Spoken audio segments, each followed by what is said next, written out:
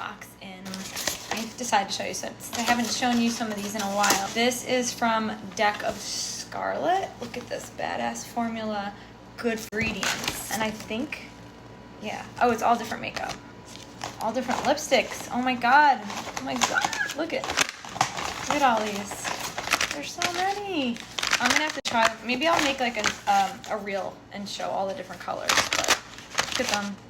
All right, they sent 13 different colors. It's amazing, and it says 3-way, and it's a solid lip oil. So it's supposed to do everything like a lip gloss, a lipstick, and an oil to hydrate. And you do one coat. I picked this color, which is called Guava Sunrise, but there's like so many pretty colors.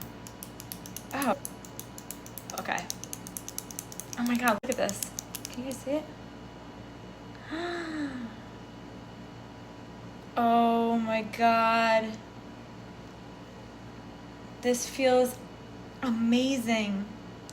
I never felt a lipstick feel like this. I love it, you guys. I'm definitely gonna try all the colors and I'll do a reel. I literally just tried 13 lipsticks in, I don't know, 15 minutes. And this is the aftermath. So, here's the video.